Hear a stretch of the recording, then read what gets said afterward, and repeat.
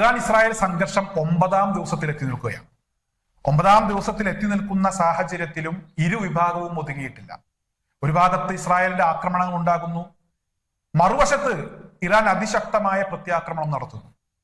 ഒരു യുദ്ധവും ഒരിക്കലും ഒരു വിഭാഗത്തിനും നേട്ടങ്ങൾ അവകാശപ്പെടാൻ കഴിയാറില്ല. കോട്ടങ്ങൾ മാത്രമാണ് സംഭവിക്കാറുള്ളത്. ഇറാനിൽ നിരവധി സാധാരണക്കാർ കൊല്ലപ്പെട്ടു, അതുപോലെ തന്നെ നിരവധി പ്രമുഖരായിട്ടുള്ള ആളുകൾ കൊല്ലപ്പെട്ടു. 400-ലധികം ആളുകൾ ഇതിനോടകം കൊല്ലപ്പെട്ടു എന്ന കണക്ക് ഇറാൻ ഔദ്യോഗികമായി പുറത്തുവിട്ടിട്ടുണ്ട്. ഇസ്രായേലിനകത്തും നിരവധി ആളുകൾ കൊല്ലപ്പെടുന്ന സാഹചര്യമുണ്ടായി, നിരവധി ആളുകൾക്ക് ഗുരുതരമായി പരിക്കേൽക്കുന്ന സാഹചര്യമുണ്ടായി. ടെല്ലവീവും അതുപോലെ തന്നെ ഹൈഫയും ഒക്കെ നിന്ന് കത്തുന്ന ഒരവസ്ഥയിലേക്ക് പോയി. 8,000-ഓളം സാധാരണക്കാരായിട്ടുള്ള ആളുകൾക്ക് വീട് നഷ്ടപ്പെട്ടു ഇസ്രായേലിനകത്ത്. സമാനമായിട്ടുള്ള അവസ്ഥ ഇറാനിലും ഉണ്ടായിട്ടുണ്ട്. എന്തായാലും ഇവിടെ ഞാൻ നേരത്തെ പറഞ്ഞു, ഇരു വിഭാഗത്തിനും നേട്ടങ്ങൾ അവകാശപ്പെടാൻ കഴിയാത്ത ഒരു കാര്യമാണ് യുദ്ധം.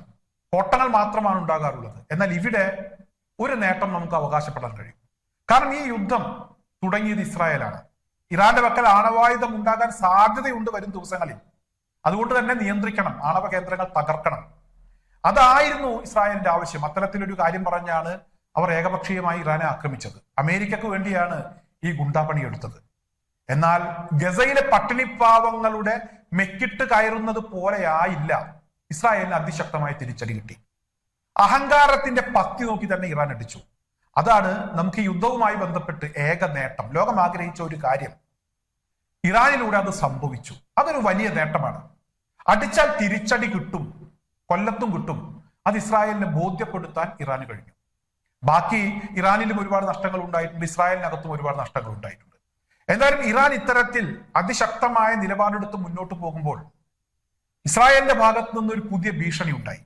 അതായത് ആയതുള്ള അലി ഖംനായി, അദ്ദേഹം ഹിറ്റ്ലറിനെ പോലെയാണ് പെരുമാറുന്നത്, അദ്ദേഹത്തെ ഇല്ലാതാക്കണം, സദ്ദാമിന്റെ അവസ്ഥ അദ്ദേഹത്തിന് വരും എന്നാണ് ഇസ്രായേൽ കാറ്റ്സ് കഴിഞ്ഞ ദിവസം പറഞ്ഞത്. അതിനെ പിന്തുണച്ചുകൊണ്ട് ഇസ്രായേൽ പ്രധാനമന്ത്രി ബെഞ്ചമിൻ നെതന്യാഹു രംഗത്തെത്തി. തൊട്ടടുത്ത ദിവസം ഡൊണാൾഡ് ട്രംപ് പറഞ്ഞത് ഖംനായി ഈസി ടാർഗറ്റ് ആണ് എന്നാണ്.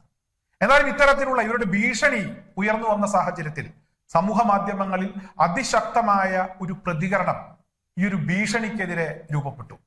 ഈ കഴിഞ്ഞ സമയങ്ങളിൽ എന്റെ ശ്രദ്ധയിൽപ്പെട്ട ഒരു കാര്യം, വെടിക്കെട്ടുകാരനെ ഉടുക്ക് കൊട്ടി പേടിപ്പിക്കല്ലേ ട്രംപേ എന്നൊക്കെയുള്ള ചില പ്രതികരണങ്ങളാണ്. വളരെ ശക്തമാണ്, വളരെ ശരിയായ ഒരു പ്രതികരണമാണ്. അതായത് അങ്ങനെ ഭയപ്പെടുത്തിയത് കൊണ്ട് പുറകോട്ട് പോകുന്ന ഒരു വ്യക്തിയാണോ ആയത്തുള്ള അലി ഖംനായി? അവർ ഒരുപാട് തവണ ഇസ്രായേലിന് അതിശക്തമായ മുന്നറിയിപ്പ് കൊടുത്തിരുന്നു. ഇസ്രായേൽ അവരെ വില കുറച്ചു കണ്ടു. എന്നിട്ട് അവസാനം അവരുടെ മെക്കിട്ട് കയറി തിരിച്ച് കൃത്യമായ പണി വാങ്ങിച്ചു. ഇപ്പോൾ ഖംനായിക്കില്ലാത്ത കുറ്റമില്ല. ഖംനായി ഹിറ്റ്ലറാണ്, ഖംനായിക്ക് സദ്ദാമിന്റെ അവസ്ഥ വരും. എന്നാൽ കഴിഞ്ഞ സമയങ്ങളിൽ ഇസ്രായേൽ ഗസക്കാരോട്, ഫലസ്തീൻകാരോട് കാണിച്ച ക്രൂരതയെ കുറിച്ച് അവരൊന്നും പറയുന്നില്ല. ലോകം എങ്ങനെയാണോ അവരെ കുറിച്ച് പറഞ്ഞിരുന്നത്, അവരെ വിശേഷിപ്പിച്ചിരുന്നത്, അതേ രീതിയിൽ അവരിപ്പോൾ ഖംനായിക്കെതിരെ തിരിഞ്ഞിരിക്കുകയാണ്. എന്തായാലും ഇത് ഇറാന് വലിയ ഒരു നേട്ടം അവകാശപ്പെടാവുന്ന ഒരവസ്ഥയിലേക്ക് ഇറാനെ കൊണ്ടെത്തിച്ചിട്ടുണ്ട്. ഞാൻ ആദ്യമേ പറഞ്ഞു, യുദ്ധവുമായി ബന്ധപ്പെട്ട് കോട്ടങ്ങൾ മാത്രമാണ് സംഭവിക്കാറുള്ളൂ, നേട്ടങ്ങൾ നമുക്ക് അവകാശപ്പെടാൻ കഴിയാറില്ല. ഇരുപക്ഷത്തും നഷ്ടങ്ങൾ ഉണ്ടാകും. എന്തായാലും ഒരു വലിയ നേട്ടം ഇറാൻ അവകാശപ്പെടാനുള്ള ഒരു സാഹചര്യം ഈ യുദ്ധമുണ്ടാക്കി. അതായത് ഹിറ്റ്ലറെ കുറിച്ചും അതുപോലെ തന്നെ ആശുപത്രികളെയും സിവിലിയൻ കേന്ദ്രങ്ങളെയും ഒക്കെ ആക്രമിക്കുമ്പോൾ ഉണ്ടാകുന്ന ഒരു മാനസികാവസ്ഥ എന്താണ് ഇവിടെ ആ രാജ്യത്തെ ഭരണാധികാരികൾക്ക് അല്ലെങ്കിൽ പൊതുസമൂഹം അതിനെ എങ്ങനെ കാണും എന്നൊക്കെ ഇസ്രായേലിന് മനസ്സിലാക്കി കൊടുക്കാൻ ഇറാന് കഴിഞ്ഞു എന്നുള്ളതാണ്. എന്തായാലും ഇപ്പോൾ അതിശക്തമായ ആക്രമണങ്ങൾ ഇസ്രായേലിന്റെ ഭാഗത്ത് നിന്ന് ഇപ്പോഴും തുടരുന്നു എന്നാണ് അറിയാൻ കഴിയുന്നത്. 9ാം ദിവസമായി. ഈ 9ാം ദിവസമായിട്ടും ഇസ്രായേൽ ഒതുങ്ങിയിട്ടില്ല. എന്നാൽ അതിന്റെ ഇരട്ടി ശക്തിയിൽ തന്നെ ഇറാൻ തിരിച്ചടിക്കുകയാണ്. ഇന്നലെ പുറത്തു വന്ന വളരെ പ്രധാനപ്പെട്ട ഒരു വാർത്ത, ഇറാൻ ക്ലസ്റ്റർ ബോംബുകൾ ഇസ്രായേലിനകത്ത് പരീക്ഷിച്ചു എന്നുള്ളതാണ്.